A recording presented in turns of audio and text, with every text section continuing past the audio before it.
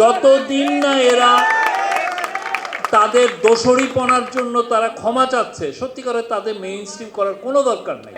বাংলাদেশের এমন কোনো টিভি নাই যারা এদেরকে ডাকে না। আপনি দেখবেন যে প্রায়ই একটা লিস্ট হয় যে গত 2 মাসে 3 মাসে কারা কারা সবচেয়ে বেশি ইনভাইটেশন পেয়ে। টিভিগুলো যারা দিনের পর দিন এই লোকগুলোকে নিয়ে আসছে, তারা আসলে স্বৈরাচারকেই এখনও নীরবে সাপোর্ট করে যাচ্ছে।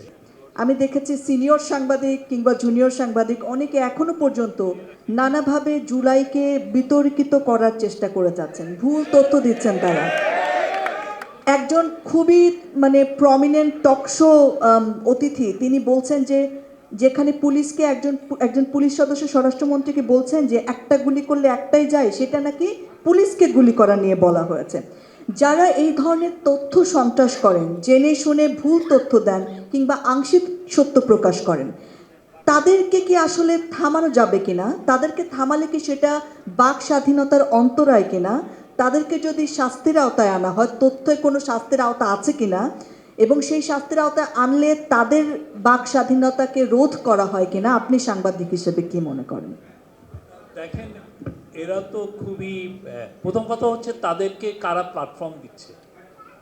প্ল্যাটফর্ম দিচ্ছে আমাদের টিভিগুলো, যারা সত্যিকার অর্থে জনগণকে সাথে ধোঁকাবাজি করছে। বাংলাদেশের এমন কোনো টিভি নাই যারা এদেরকে ডাকে না। আপনি দেখবেন যে প্রায়ই একটা লিস্ট হয় যে গত 2 মাসে 3 মাসে কারা কারা সবচেয়ে বেশি ইনভাইটেশন পেয়েছে। টিভিগুলো দিচ্ছে এবং এরা নির্লজ্জভাবে দিচ্ছে।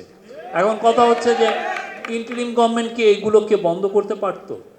জনগণের আকাঙ্ক্ষা ছিল যে এদেরকে বন্ধ করে দিয়ে, কিন্তু আমরা মনে করেছি, ইন্টারিম গভর্নমেন্ট মনে করেছে যে তারা ফ্রিডম অফ স্পিচে বিশ্বাসী, মানুষ তার ফ্রিডম অফ স্পিচকে সে ব্যবহার করবে এবং এটা জাতি গঠনে হেল্প করবে।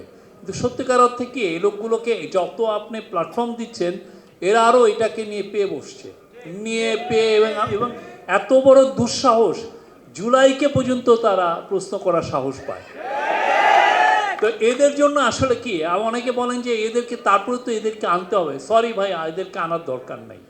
এদেরকে আমাদের যতদিন না এরা তাদের দোষরিপনার জন্য তারা ক্ষমা চাচ্ছে, সত্যিকারে তাদের মেইন স্ট্রিম করার কোনো দরকার নেই। আপনি আমাদের ছোট ছোট বাচ্চাদেরকে খুন করা হয়েছে আর আপনি এটা মক করবেন? সরি, আপনার সাথে আমার কোনো লেনদেন নেই। এই জায়গাগুলো আসলে বেসিক মিনিমাম। আপনি অনেকে বলেন যে রিকনসিলিয়েশন করবে, খুব বড় বড় শোনায়, ট্রানজিশনাল জাস্টিস, রিকনসিলিয়েশন, হাবি জাবি কথা, আমরা যেন এগুলো পড়ি না। আরে ভাই, আপনি তো অনুশোচনাই করেন না, আপনার লাগে আবার কিসের রিকনসিলিয়েশন? তো এই জায়গাগুলো আমার মনে হয় যে সত্যিকার অর্থে প্রথম আমি বলবো যে দায়ী হচ্ছে আমাদের টিভিগুলো এদেরকে প্ল্যাটফর্ম দিচ্ছে। হ্যাঁ, বাইরে কিন্তু এটা খুব বড় একটা ইস্যু। যেমন ধরেন ফেসবুককে অনেকে কাঠগড়ায় দাঁড় করাচ্ছে। বাংলাদেশের যতগুলো বড় বড় দেখবেন যে মাইনরিটির এগেনস্টে ভায়োলেন্স হয়েছে, রায়ট হয়েছে, ওগুলোর সূত্রপাত দেখবেন ফেসবুকে। তো কি এটা প্ল্যাটফর্ম? ফেসবুক একটা প্ল্যাটফর্মের দায় আছে। তো ওইখানে একজন একটা কিছু ছেড়ে দিল, মিথ্যা নিউজ ছেড়ে দিল, ওইটাকে কেন্দ্র করে বড় একটা রায়ট লেগে গেল। তো ফেসবুকের দায় আছে না এখানে?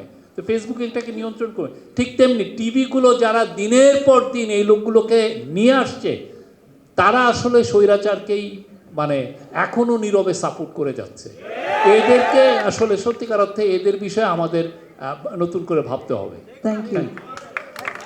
আপনাদের কাছে আমি যাব, আমাদের এটা শেষ হোক।